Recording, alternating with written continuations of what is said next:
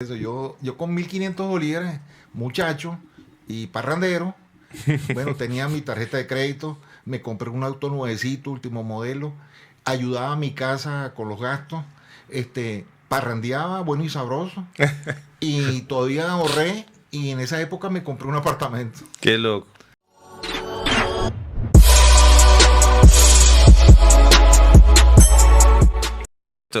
Corte. Hola, ¿cómo están? Buenos días, buenas tardes, buenas noches. Espero que estén bien en cualquier parte que se encuentren. Y no digo como antes, en cualquier parte del mundo, si es que llega a tanto, porque sé que sí llega a tanto. Esta vez con otro invitado especial. Todos los que han venido son invitados especiales. Esta vez el señor F. Rolando Alvarado Maña. Con ustedes. Un gusto saludarte, David.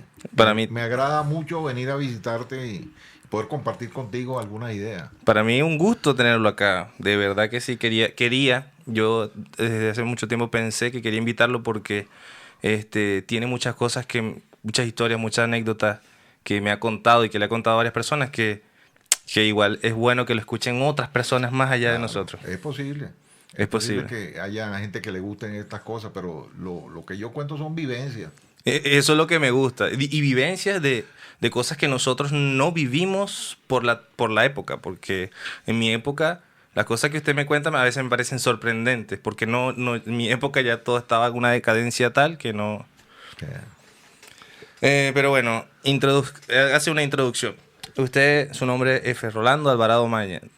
¿Viene de qué parte? ¿Dónde nació? Yo nací en San Cristóbal, el estado Táchira, aunque salí de allí muy pequeño. Ya. De 6 años ya estaba viviendo en Caracas y viví en Caracas toda mi vida hasta hace 4 años, 5 años que decidimos salir de Venezuela. Han tenido una trayectoria igual. Antes de estar en Santiago, aquí estamos en Chile. Antes de estar acá, vivió en la Villa Libertador en Argentina. Libertador San Martín, denominada ya en la Argentina como la Burbuja Argentina. Es un pueblo de 30.000 habitantes, muy lindo, la verdad que muy hermoso en la provincia de Entre Ríos. Yeah. ¿Y por qué lo llaman la burbuja? La Burbuja porque es un sitio muy particular. Allí bueno, por lo menos cuando estuvimos nosotros no había venta de licores, no había consumo de cigarrillos. Usted iba a comprar un cigarrillo, sea de alguna droga o de tabaco normal, y no conseguía, y nadie vendía. El 90 y tanto % de la gente son vegetarianos. ¿Qué le digo? Y casi el 100% de la gente que vive allí son cristianos, no católicos. Ya. Yeah. Específicamente adventistas del séptimo día. Adventistas del séptimo día. Y es muy particular porque así como en otras poblaciones uno ve muchas iglesias católicas, allí hay muchas iglesias adventistas y solamente una iglesia católica que a veces la abren, porque los domingos casi no hay feligresía. Claro. Bueno, yo quisiera también acotar que F. Rolando para mí es una persona muy, muy especial porque el proceso que yo tuve cuando me mudé de mi pueblo a Caracas, él me abrió las puertas de su casa y viví con ellos varios años.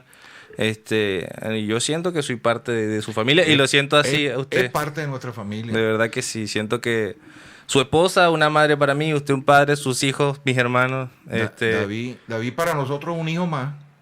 Lo apreciamos, lo queremos como tal y bueno, afortunadamente nos lo conseguimos aquí también en Santiago y aquí estamos juntos sí. como otras personas que también convivieron con nosotros allá. Sí, pero bueno, entonces, volvemos al principio. Me estaba contando que usted se mudó a Caracas y después de ahí, ¿cómo fue que estudió? ¿En dónde estudió? Yo inicié mis estudios, o me pusieron en el Colegio San Agustín del Paraíso. Me quedaba lejos de mi casa, pero yo vivía en Los Chaguaramos y ahí terminé mi primaria. Luego bachillerato, comencé a estudiar en el Liceo Fermín Toro, ¿Ya? en una época muy difícil. Estaba comenzando el periodo democrático en Venezuela. Y entre las cosas que podría contar, anécdotas, yo fui de los estudiantes que fueron a recibir a Fidel Castro en su primera visita a Venezuela.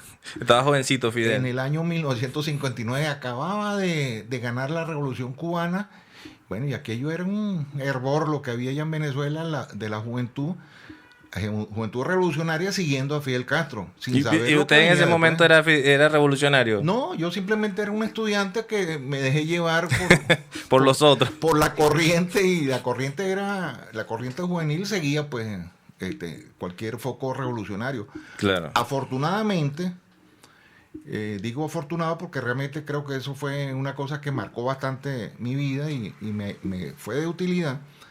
En el liceo me dediqué mucho a la actividad política y poco a los estudios. Ah. El primer año que tuve, me botaron del liceo, afortunadamente. Afortunadamente. Sí, entonces me pusieron en un colegio privado cerca de mi casa y ahí estuve varios años del bachillerato. El último año lo terminé en el Liceo Pedro Emilio Col, el liceo de mucha calidad. ¿Dónde queda Muy ese? bueno, se queda en Coche, en Caracas, en el sector de Coche. Y entre mi historia que puedo contar, que fueron muy importantes, yo tuve un profesorado de alta calidad.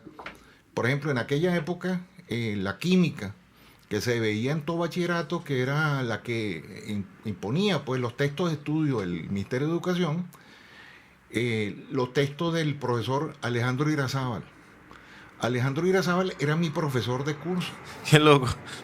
Y ese era él nos llamó, por supuesto, por el texto de él, publicado por él, y era el impuesto por el Ministerio de Educación. En toda Venezuela se estudiaba los textos de él. O sea, de primera mano tenía usted. Y ese era mi profesor.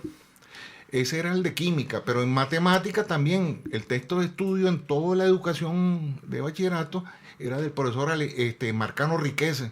Marcano Riquese era mi profesor de materia, o sea que eran profesores de muy alta calidad. No, es que era otra época. Ajá. En la universidad estudió informática. Comencé en la universidad estudiando ingeniería. Yo pensaba orientarme por la ingeniería mecánica. Hice unos semestres, no me fue del todo bien. Y un buen día, tendría un año y medio estudiando en ingeniería.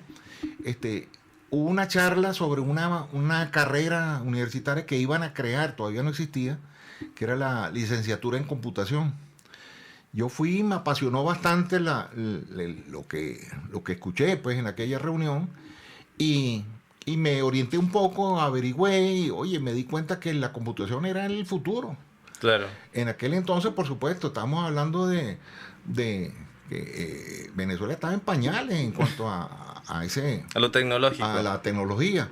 Bueno, y se abrió la carrera de computación y por supuesto, muchos de los que estábamos en esa charla nos retiramos de donde estamos y nos fuimos para computación. Yo me egresé en la Escuela de Computación, en la Facultad de Ciencias, se llamaba Escuela de Física, Matemática y Computación. El año 1978 me gradué. ¿En dónde fue eso? En la Universidad Central de Venezuela. En la Universidad Central de Venezuela.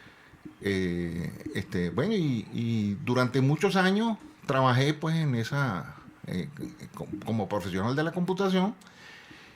Llegó un momento que no sé si fue cansancio o no veían los resultados económicos que esperaba. Claro. Y entonces me aventuré en el comercio, me metí en otras cosas y bueno, y aquí estoy. Ahí estamos. Hasta acá nos ha traído el río. Hasta acá nos trajo el río. Pero igual, ¿alguna vez se dedicó como tal a su carrera, no? Sí. Estudié muchos años. Yo comencé como programador de computadoras en el año 71, siendo estudiante en el Ministerio de Comunicaciones, de aquel ministerio, que se llamaba así en aquella época, Ministerio de Comunicaciones, y comencé como programador, después fui a CADAFE como analista de sistemas, Bueno. trabajé unos años en CADAFE, después de ahí me fui a Olivetti como vendedor de equipos de computación, de periféricos. En Olivetti tuve una muy buena experiencia bancaria porque mi clientela eran todos bancos. Claro. Ahí tuve conocimiento de mucha gente importante. Por ejemplo, recuerdo mucho haber conversado bastante con el presidente y dueño del Banco del Caribe. Ya. Y así, entonces, gente del Banco de Venezuela, de alto nivel, ¿no? Y aunque no se concretaron ventas así importantes, pero se dio a conocer la marca Olivetti como periférico. Ellos vendían terminales y equipos de transcripción de datos. Claro. Que en aquel entonces sustituían la tarjeta perforada, imagínense. Pero explíquele eso, porque es que mucha gente que está escuchando esto no entiende eso de la tarjeta perforada. Sí, eran en la época de la computadoras que eran computadoras de tubo de vacío, de transistores. Una computadora como esta habitación. Que requerían una habitación gigantesca con un aire acondicionado súper especial desde el piso, para poder enfriar un procesador gigantesco o fenomenal de 16K. 16K. Qué loco. Unas cosas que parecían unas lavadoras grandísimas también, que eran las unidades de disco de 5 megabytes, imagínense ustedes, ¿no? Y era eso la última tecnología. Eso era lo último en aquel entonces. Estoy hablando de la época de los equipos de la serie 1, serie 2 de IBM. 1401, comenzaron los 360, después vino los 370, yo no sé en qué van ahorita, pero ya es otra cosa. No existía, por supuesto, nada de teleprocesamiento, ni inteligencia artificial, ni hablar de equipos que funcionan online. Eso no existía. Claro.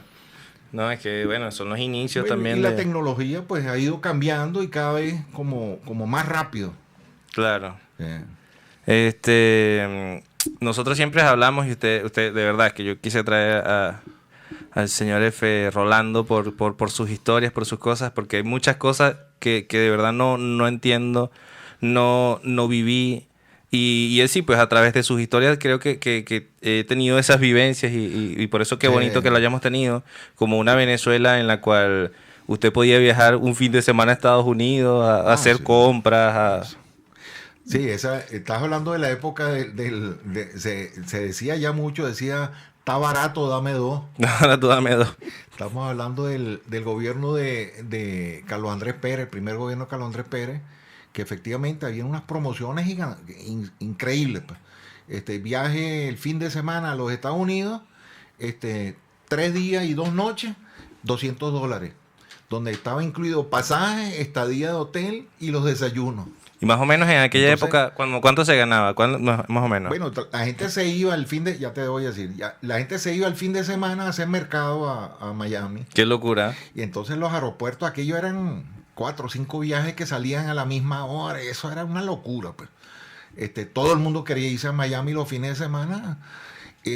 Uno iba por la calle y de repente alguien te paraba a ofrecerte la visa americana para que vayas a los Estados Unidos.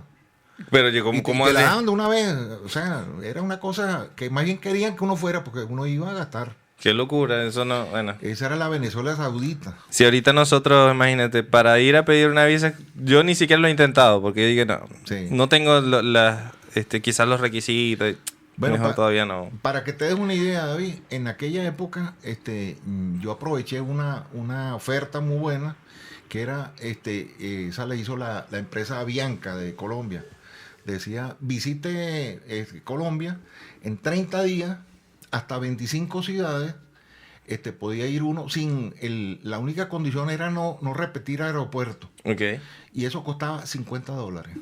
$50. Estoy hablando de que en esa época Venezuela, el dólar, la paridad de nuestra moneda eran, $1 eran 4.30 bolívares. 4 bolívares con 30 céntimos. Claro. Entonces, estoy hablando de ir a Colombia por 200 bolívares. Por 200 bolívares, un mes. Qué loco. Sí. Bueno, ahorita más o menos con todos estos ceros que han quitado en la moneda, más o menos cuánto. Bueno, me preguntaste que en esa época cuánto se ganaba. Bueno, sí. Era el promedio. El sueldo en aquella época, el sueldo de un ingeniero establecido por el Colegio de Ingenieros de Venezuela eran 3.200 bolívares mensuales. 3.200 bolívares mensuales ganaba un ingeniero. Era un muy buen sueldo. Pero, y allá, eso es un ingeniero, más o menos. Pero, y más o menos no se acuerda cuánto más o menos un sueldo mínimo? Porque sé que no es la misma realidad. No recuerdo cuánto era el Pero sueldo iba algo mínimo. como 500, 400, No, podría ser. eran como 600 bolívares el sueldo mínimo. Sin embargo, un sueldo mínimo alcanzaba para darte ese fin de semana o para irte ese mes completo a Colombia. Sí. Yo ganaba en esa época, fue mi primer sueldo, ganaba 1.500 bolívares. Y bueno, y aquello era, se podía hacer maravilla con eso. Yo con 1.500 bolívares, muchacho y parrandero, bueno, tenía mi tarjeta de crédito, me compré un auto nuevecito, último modelo, ayudaba a mi casa con los gastos, parrandeaba, bueno y sabroso, y todavía ahorré, y en esa época me compré un apartamento Qué loco. No, con ese sueldito. qué locura. Claro, hoy en día la cosa es muy distinta, ¿no? Totalmente, totalmente. Hace más o menos así pensando. mm, Más o menos en qué año fue que usted vio que en Venezuela las cosas habían cambiado, así que no era lo mismo, que no estaba la misma bonanza que Sí, no a mediados de los 80. de los 80. Pero fueron, por lo menos la década del 70 fue muy buena, desde el punto de vista económico. ¿Cómo cuántos años Eh, tenía usted en el 70? Bueno, saca la cuenta, tengo 73 años ahorita. Estaba jovencito. Sí, tendría yo 20 y 20 y algo. 20 y algo, yo me ganaba 2.000, después, mi primer sueldo fueron 1.500, pero después, en poco tiempo ya estaba montado en casi 3.000 bolívares. Qué loco. Y- Y y para llegó- un llegó un jovencito tan... Y llegó un momento, por lo menos cuando trabajé en Olivetti, mi sueldo eran 3.500, yo ganaba más que un ingeniero Qué loco. y era estudiante universitario. Y por supuesto, las cosas que se hacían, no, ni contarlas, ¿no? Yo, por ejemplo, una de las cosas que me llama mucho la atención, como contraparte, pues, de las cosas que estoy viendo, en aquella época, cuando yo terminé mi bachillerato, la moneda en Venezuela era de plata. Claro. La moneda más fuerte que había era el fuerte, justamente. El fuerte. Eran una moneda de 5 bolívares que era totalmente de plata. Plata, déjame acordarme, la ley 935, como que era una plata. Una plata fuerte, plata, con que- poca aleación de otros Sí, minerales. de otras cosas, era pura plata. Y así era el bolívar, la moneda de 2 bolívares, hasta el mediecito, que es la cuarta parte del bolívar, era de plata. Qué loco. Y eso era lo que se usaba y uno nunca pensó, oye, voy a guardar estas cosas porque en el futuro esto va a ser importante. No, nadie pensó eso. Para nada. Qué loco. La bonanza era increíble, ¿no? Eso es increíble. De verdad que Increíble. yo tengo 30 años y yo, de verdad que ni por la mente. La norma en aquella época, por lo menos para las personas ya mayores, era todos los años cambiar el auto. Y era como algo normal, ¿no? Que la persona todos los años tuviera un carro nuevo. ¿Cuál fue el auto que se compró en aquella vez cuando... Yo compré un Renault 16. Un Renault 16. 16 TS era el más... Después lo busco y voy a ver si en edición puedo ponerlo ahí la foto del Renault 16. Era lo máximo que tenía la Renault en aquel entonces, un 16 TX. 16 TX. O Sí. sea, no se compró cualquier cosita. No, era un carrito pequeño. Imagínense ustedes, yo pagué 5.000 bolívares de inicial y pagaba 512 bolívares mensuales. No. Qué loco. Sí. ¿Y para cuántos años? ¿En cuántos años lo pagó? Eso era para pagarlo en 2 años. Pero yo lo pagué un poco antes porque a veces abonaba y entonces me hacían rebaja. Si pagaba puntual, todos los meses me rebajaban los 12 bolívares. Qué loco. Entonces, los 512 que era la cuota, si lo pagaba el día antes de que me tocaba pagar, me rebajaban 12 bolívares. Y si pagaba varias cuotas a la vez, me rebajaban 50. O sea, descontaba intereses. Era mejor, claro, igual pagarlo antes. Era muy sencillo. Qué loco. Todo eso igual todo cambió. La estructura ya crediticia, todos los bancos. Y así eran, por ejemplo, el apartamento que me compré costaba 99.999. Ese fue en Santa Rosa de Lima, ¿no? No, fue un apartamentico en San Antonio de los Altos. Ya. Era un apartamentico de 3 habitaciones y 2 baños. 3 habitaciones, 2 Sí. baños. Daba 5.000 bolívares de reserva y 10.000 bolívares de inicial. Me quedé pagando 680 bolívares mensuales.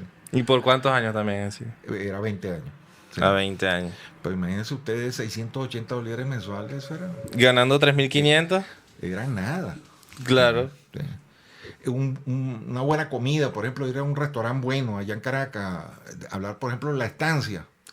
La estancia, una comida buena, costaba para 2 personas 60 bolívares. 60 bolívares. Hablando de comer un primer plato, un segundo plato, y postre y cafecito y un bajativo. Un cafecito y un plus café.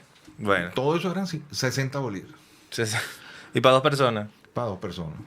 A mí me gustaba mucho en esa época, por contar una anécdota, un brandy que se llamaba la marca Duque de Alba. Bueno, ese brandy me costaba a mí la botella 50 bolívares en la proveeduría de la OCP. ¿Qué era eso? Era una tienda que había en la avenida Andrés Bello, donde había quedado la tienda BAM. Tampoco la conozco. Era una proveeduría de la Oficina Central de Personal, era algo que montó ahí el gobierno. Ya. Claro, eran cosas de bajo costo, pero por ejemplo, un brandy, que es un brandy de buena calidad, el Duque de Alba, el que conoce de esas bebidas sabe que ese era bueno. 50 bolívares costaba la botella. Yo siempre en mi casa tenía mi botellita de brandy. Que era fácil tenerlo, o sea, teniendo ese poder adquisitivo, como sí, que... era muy sencillo. Y me imagino, o sea, en aquel tiempo... Una cervecita, por ejemplo, una fría, la Polarcita. La Polarcita costaba $1.50. Qué loco. Menos de un bolívar. Mire, que le iba a preguntar sobre cómo, en aquel tiempo, que usted se acuerde, cómo era, por ejemplo, la pobreza en Venezuela, que es el sitio donde... ¿Existía pobreza, tanta pobreza? Existía pobreza, pero más que pobreza yo pienso que era vagabundería, sinvergüenzura, de gente que no quería trabajar, porque trabajo abundaba y cualquier trabajo era bien remunerado. Claro. Yo a veces pienso, igual que... El gobierno tenía muchos planes de distinta índole para ayudar a la gente en el trabajo. Por ejemplo, los créditos agropecuarios. Inclusive en una oportunidad, por ejemplo, estuve con unos amigos a punto, y éramos estudiantes, no teníamos ingresos, nos están regalando unos terrenos del estado Guárico, 3 hectáreas a cada uno. ¿Qué tenían que hacer para que se los regalaran? No, nada, no pagamos nada, nos los regalaban, nos los daban. La única condición era que en menos de 2 años construyéramos algo allá. 3 hectáreas. Entonces nosotros planteamos, estos amigos y yo, comprar ese terreno, comprarlo, adquirirlo, no era comprado, pero no pagamos nada, el registro nada más, que fuesen juntos para cercar las 9 hectáreas, 3 de cada uno, cercar las 9 hectáreas y hacer un solo proyecto entre los 3. Entonces no lo aceptaron. Porque tenía que ser aparte, sí, separado. Teníamos que por separado. Pero la idea que teníamos era construir una casita grande y tener una finquita un poquito más grande que la... Claro, que igual entre los 3 se pudiera atender y que daba un poco más, pues. Pero yo, bueno, lo que... Esa era Hacienda La Maravilla, se llamaba. ¿Se llamaba o se iba a llamar? se llamaba, porque mucha gente le dieron terreno ahí y tendrían sus granjas, sus sembritas ahí. Claro. 3 hectáreas. Mire, que le iba a decir que hay veces que lo viví yo, porque en el exterior no se conocen muchas cosas y muchos beneficios o bueno, no sé si se dan todas las personas, pero por lo menos yo, lo que eran los beneficios de Cadivi, los conocí por ahí, por el 2010. Sí, no, eso... ¿Me entiendes? Ya estás hablando de cosas mucho después. Exacto, no, pero por eso es para traerlo a mí, a lo que yo viví. Ajá. Y yo sé que, por ejemplo, hay muchas personas que estaban fuera de Caracas quizá, o que no estaban tan metidos en la jugada, como para decirlo así coloquialmente, que quizás no tenían conocimiento de muchos beneficios que se perdieron. Sí. Y bueno, y creo que a veces también cosas que nosotros no sabemos por nuestro tipo de entorno, por donde nos movemos y nuestra capacidad quizás. Pero sí, eso es referente a lo de que usted me decía de la pobreza, que hay mucha gente que quizás era sinvergüenza, que no quería trabajar y esta cosa. Ahora tocando un tema casi que llegando hacia lo político, porque es que también me puse a pensar que todas estas cosas que pasaron en Venezuela y que siguen pasando, quizás fueron producto de ese pueblo que se sintió abandonado. ¿Me entiendes? Que quizás muchas cosas que se hizo, yo no quiero ponerme de ningún lado político ni nada, pero muchas cosas que hizo la derecha, que después a la izquierda quiso salir, buscaron a una persona que saliera por ellos y esa persona dañó todo lo que... Lo que se había hecho. ¿Sí? Exacto. Bueno, no, te estoy hablando por lo menos claro, yo estoy remontándome a los años 70, gobierno Carlos Andrés Pérez, gobierno de Rafael Caldera.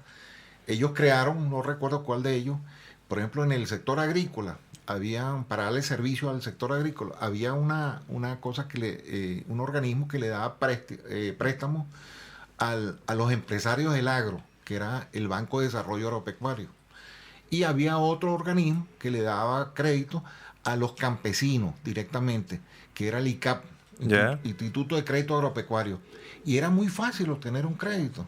Claro. El dinero se iba diluyendo allá, o se le asignaba a los campesinos, por un lado la reforma agraria le asignaba parcelas al campesino, y por otro lado el mismo gobierno le daba el crédito para que sembrara. O sea, que entonces, lo que hacía era que alguien gestionara las cosas y tenía las dos cosas, el terreno y la plata. Sí. Por otro lado, también la empresa privada había programas maravillosos, como por ejemplo el que tenía Protinal.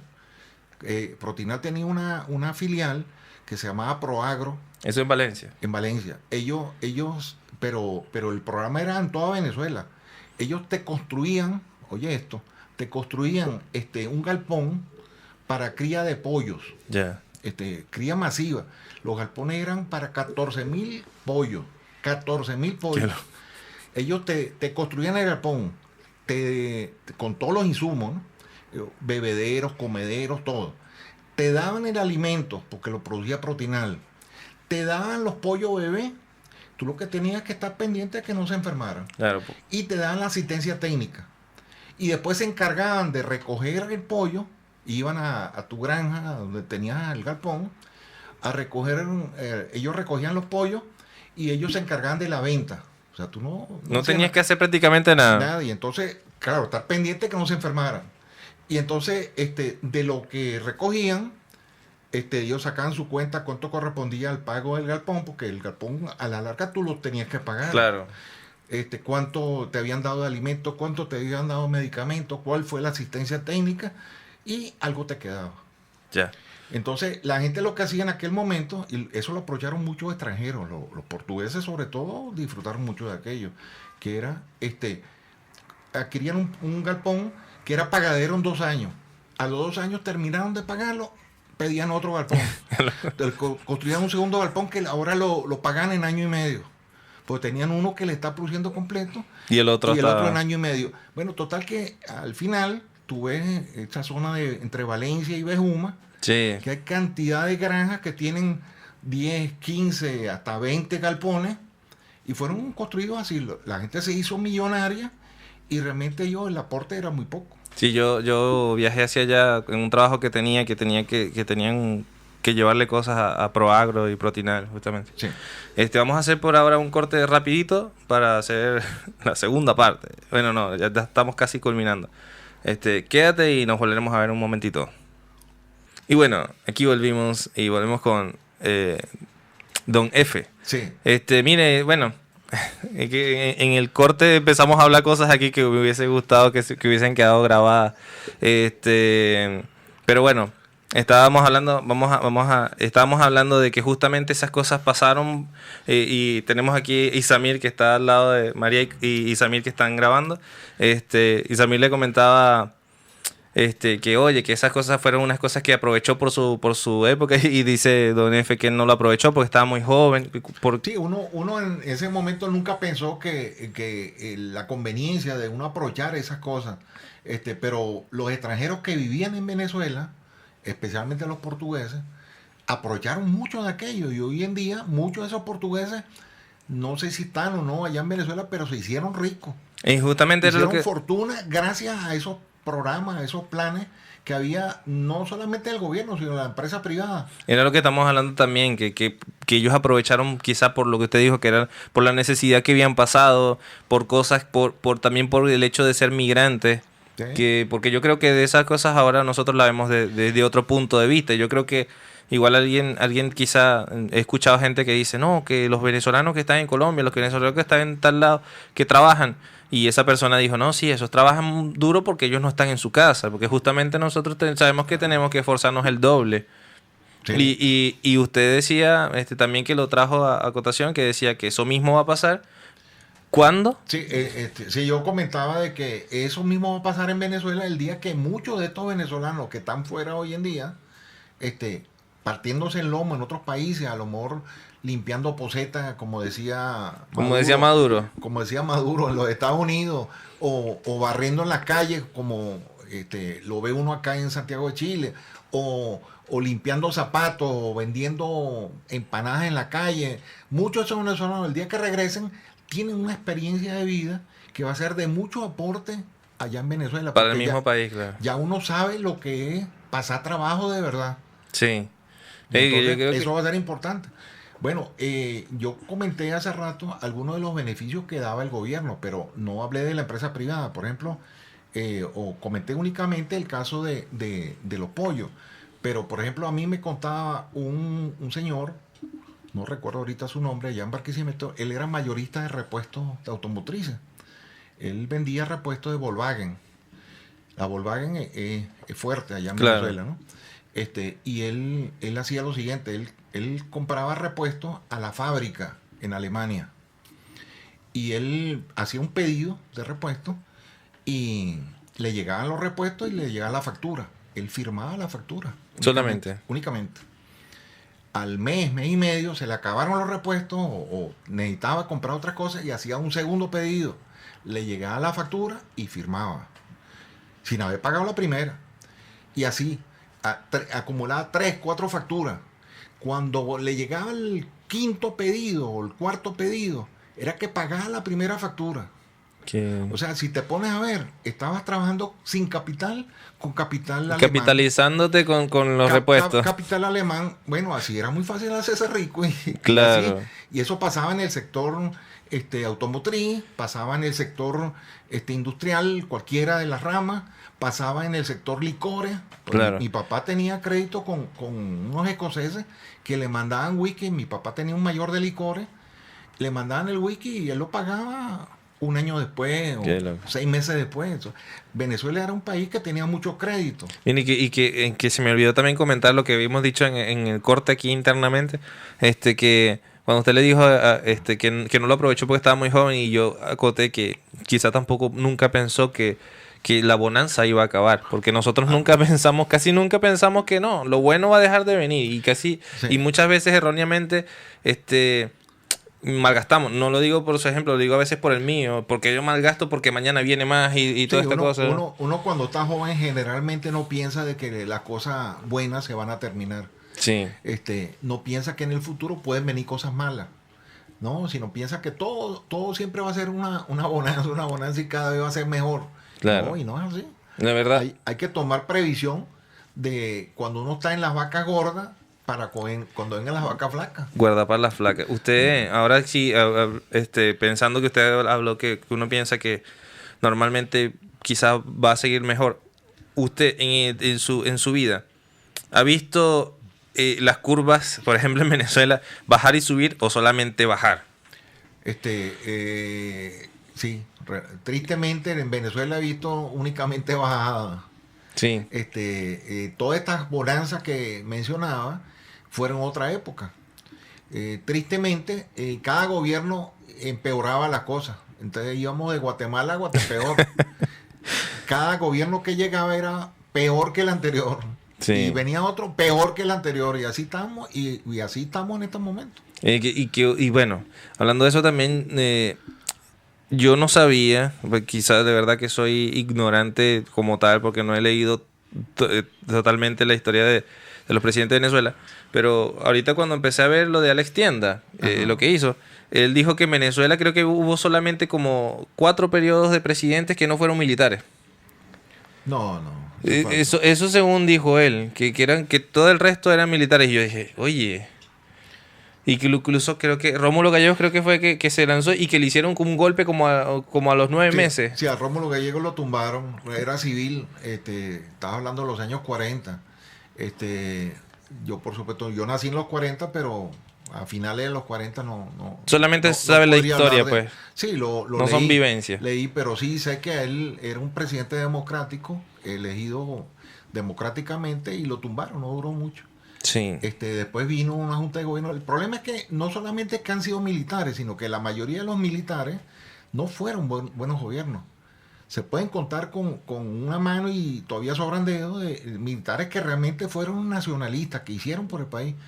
Yo creo que de todos esos militares, el único que se puede salvar, que diría que a pesar que no fue demócrata, claro, pero era muy nacionalista, fue Pérez Jiménez. Que fue el que hizo prácticamente todo lo que todavía Pérez existe Jiménez en Venezuela. Construyó una infraestructura en Venezuela desde todo punto de vista increíble. Turística, asistencial, educacional. Las mejores universidades del país las hizo Pérez Jiménez. Claro. Universidad Central de Venezuela, Universidad de Oriente, Universidad de los Andes, Universidad del Zulia, Universidad de Carabobo, todo eso fue Pérez Jiménez. Y después los gobiernos dicen que en un gobierno no pueden hacer muchas cosas, ¿no? ¿Cuánto estuvo? ¿4 o 5 años? Pérez Jiménez tuvo 6 años. Bueno, imagínense. Y la gente dice, por ejemplo, ahorita puntualizando al gobierno venezolano actual, que ellos dicen que en 20 años, 21, 23 años no han podido hacer nada porque la oposición, tal. Entonces yo digo, oye, ¿y quién está gobernando? Entonces, y en 20 años, 23 años, ¿tú crees que tú no vas a poder hacer algo? Y en esos 6 años de Pérez Jiménez no hubo una bonanza económica como la que hubo recién con Chávez. Cuando estuvo Chávez, cuando empezó. Cuando Chávez comenzó su mandato, Venezuela, que vivía del petróleo, o vive del petróleo, vendía el barril a 17, 18 dólares el barril cuando llegó Chávez. Y estando Chávez mandando, el barril de petróleo llegó a valer 150 dólares. ¡Qué locura! 10 veces. 10 veces más. Y entonces, ¿qué hizo el hombre con ese caudal? Pues fue un caudal de dinero que entró. Comenzó a tratar de comprarle la deuda externa a la Argentina, a darle préstamos a los países del Caribe, o sea, comprar gente, porque eso era lo que él hacía. Regalarle plata a Costa Rica, regalarle plata, no digo que fue exactamente eso, pero eso era lo que hacía. Comprarle ambulancia a Bolivia, darle plata a Ecuador, darle plata a todo el mundo. Él se creyó presidente de Latinoamérica. Estaba comprando sus votos, los votos de los presidentes incluso. Y se olvidó de Venezuela, porque en aquel momento ni siquiera un plan de construcción de viviendas hizo. Claro. El plan de construcción de viviendas que hubo, que llamaban el plan, plan vivienda Venezuela, comenzó al final del mandato de él. Y sin embargo fue un plan que yo no sé la verdad. La verdad nunca he estado ni siquiera en un edificio de esos, pero no sé ni siquiera si estuvo bien construido, si estuvo. Pero lo que sé es que, por ejemplo, o sea, metían construcciones en sitios inimaginables, o sea, y en sitios donde como que, bueno, aquí está este pasito, ¡pum! Ahí te ponían una cosa sin sentido. Sí. En el centro de Caracas. Nada planificado, pues. En el centro de Caracas quiso hacer una siembra de un estilo de sembradío que, oye, cuando hay tanto terreno donde sembrar, no lo quería hacer en el centro de Caracas y cosas así. Y construir vivienda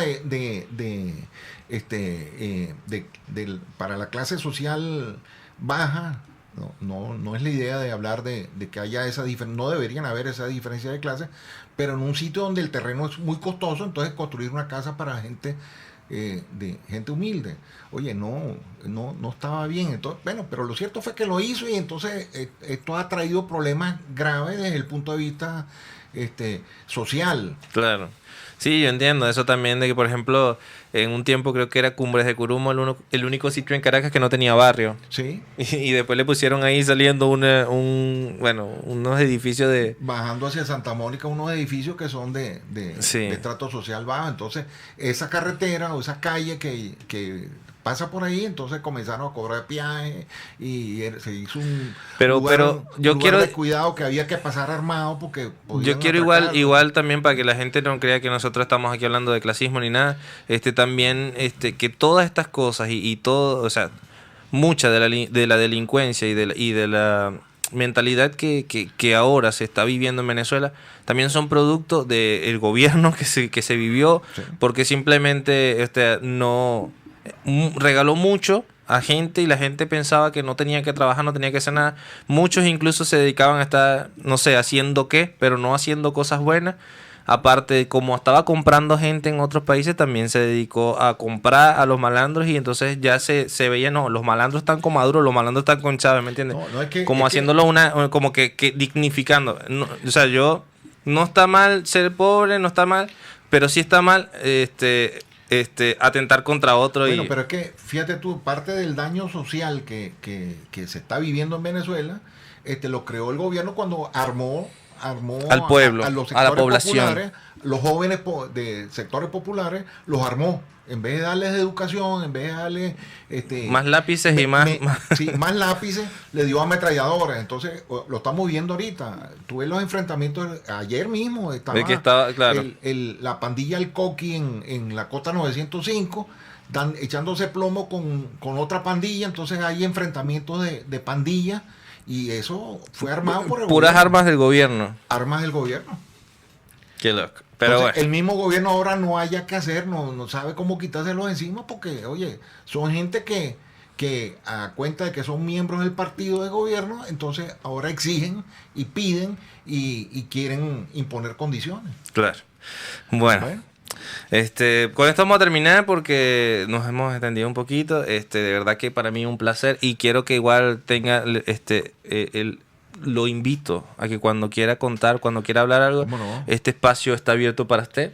Sí. De verdad. Sí, ojalá haya sido de interés y de su agrado. Y de conocimiento para mucha gente. Hemos hablado sobre la historia contemporánea de Venezuela y algo que realmente lo hemos vivido en los últimos años. Y es lo que está latente ahorita porque el deterioro ha sido tremendo. Ya, quiero que despedamos con un mensaje que usted le dé a la juventud. Bueno, le podría decir a los jóvenes que no pierdan oportunidad. Cuando ustedes ven una oportunidad que pinte bien, tómela, no la descuide, no la eche a un lado. Ya saben. Aprovéchela. Sí, porque muchas veces no vuelven esas oportunidades. Sí, señor. Así que de verdad agradecido con usted, un placer y espero que a ustedes también les haya gustado tanto como a mí esta conversación. Nosotros nos volveremos a ver. Me está gustando esto, cómo se está volviendo esto del podcast. De verdad que está agarrando varios colores y me gusta mucho. Quiero darte las gracias, David, por haberme invitado y la verdad que aunque yo es quien más he hablado, pero me gustaría que sigamos compartiendo y realmente son cosas que pueden ser de interés. Para mí bien, porque yo aprendo igual y sé que usted le da a las personas que nos están viendo un aprendizaje que yo no se los puedo dar. Así que yo les cedo mi palabra. Bueno. Espero que les haya gustado y nos vemos la próxima. Con ustedes, F. Rolando Abadá. Un placer. Chao.